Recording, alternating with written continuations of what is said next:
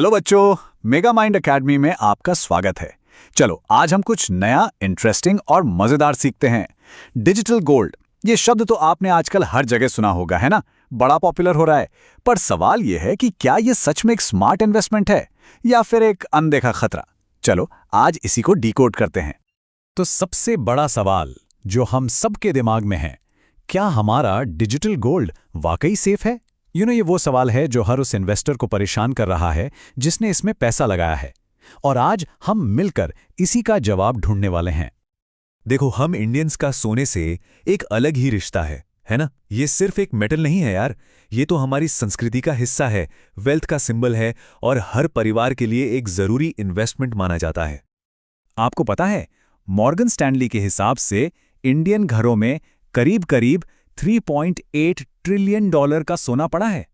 मतलब ये आंकड़ा दिमाग हिला देने वाला है और यही बात साफ करती है कि सोना हमारी पहली पसंद क्यों है इन्वेस्टमेंट के मामले में। लेकिन अब जमाना बदल गया है, इन्वेस्ट करने का तरीका भी। ट्रेडिशनल गोल्ड की जगह अब ले ली है डिजिटल गोल्ड ने। सोचो, आप इसे झट से ऑनलाइन खरीद सकते हो, कोई मेकिंग चार्ज नहीं देना पड़ता, और तो और सिर्फ 100 रुपए से भी इन्वेस्टमेंट शुरू कर सकते हो। और स्टोरेज की तो कोई टेंशन ही नहीं।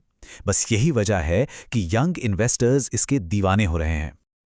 पर इस सारी चमक दमक के पीछे ना कुछ चिंताएं भी हैं। अभी हाल ही में मार्केट रेगुलेटर सेबी ने इस पॉपुलर इन्वेस्टमेंट को लेकर कुछ वार्निंग्स जारी की हैं। तो सवाल फिर वही है, ये जोखिम है या इनाम? और यहीं पर है सबसे बड़ी टेंशन। सेबी ने बिल्कुल साफ साफ कह दिया है कि अलग अलग प्लेटफॉर्म्स पर जो डिजिटल गोल्ड प्रोडक्ट्स बिक रहे हैं ना, वो किसी भी सेबी रेगुलेशन के अंडर नहीं आते। मतलब अगर कल को कुछ गड़बड़ हो गई तो आपको कोई रेगुलेटरी प्रोटेक्शन नहीं मिलने वाला। सेबी ने बेसिकली 2 बड़े रिस्क बताए हैं। पहला है काउंटर पार्टी रिस्क। मतलब सोचो, अगर जिस ऐप से आपने सोना खरीदा वो कंपनी ही बंद होगी तो। और दूसरा है ऑपरेशनल रिस्क। मतलब क्या वो कंपनी सच में आपके इन्वेस्टमेंट के बराबर का असली सोना अपने पास रख भी रही है या नहीं? चलो इस काउंटर पार्टी रिस्क को थोड़ा और समझते हैं। इसका सीधा सा मतलब ये है कि जिस कंपनी से आपने डिजिटल गोल्ड खरीदा है, मान लो वो कंपनी ही गायब हो गई या उसका ऐप ही बंद हो गया, तो आपका पैसा डूब सकता है। और सबसे बड़ी प्रॉब्लम, आप कहीं शिकायत भी नहीं कर पाओगे। और ऐसा हो भी चुका है। आदित्य बिड़ला कैपिटल के ऐप पर एक साइबर अटैक हुआ और पता है क्या हुआ? 1.95 करोड़ रुपए का डिजिटल गोल्ड चोरी हो गया। अब देखो, आदित्य बिड़ला तो एक बड़ी कंपनी है, तो उन्होंने अपने कस्टमर्स के पैसे लौटा दिए। पर जरा सोचो, अगर यही चीज किसी छोटी कंपनी के साथ होती तो क्या होता? तो सवाल यह है कि सेबी अब अचानक क्यों जागा? वजह है ये नंबर 377%। जी हां, यूपीआई ऐप्स के साथ जुड़ने के बाद सिर्फ 16 महीनों में डिजिटल गोल्ड इन्वेस्टमेंट में 377% का उछाल आया है। ये इतनी बड़ी जंप है कि रेगुलेटर का ध्यान जाना तो बनता था। वैसे अगर आपको ये जानकारी काम की लग रही है तो अभी के अभी लाइक बटन दबा दो। तो ठीक है, अगर डिजिटल गोल्ड में इतना रिस्क है तो फिर सेफ ऑप्शन क्या है? घबराओ मत। अच्छी बात यह है कि सेबी ने सोने में इन्वेस्ट करने के कुछ सेफ और रेगुलेटेड तरीके भी बताए हैं। पहला ऑप्शन है गोल्ड ईटीएफ्स, यानी एक्सचेंज ट्रेडेड फंड।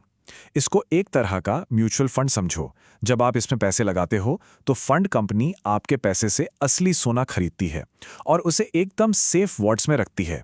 और सबसे अच्छी बात, इस पूरे प्रोसेस को सेबी मॉनिटर करता है और आप इन यूनिट्स को स्टॉक एक्सचेंज पर कभी भी खरीद बेच सकते हो। दूसरा सेफ तरीका है इलेक्ट्रॉनिक गोल्ड रिसीट्स या EGRs। इसमें क्या होता है कि बड़े बड़े ट्रेडर्स अपना सोना सर्टिफाइड वेयरहाउस में जमा करते हैं और उसके बदले उन्हें एक इलेक्ट्रॉनिक रसीद मिल जाती है।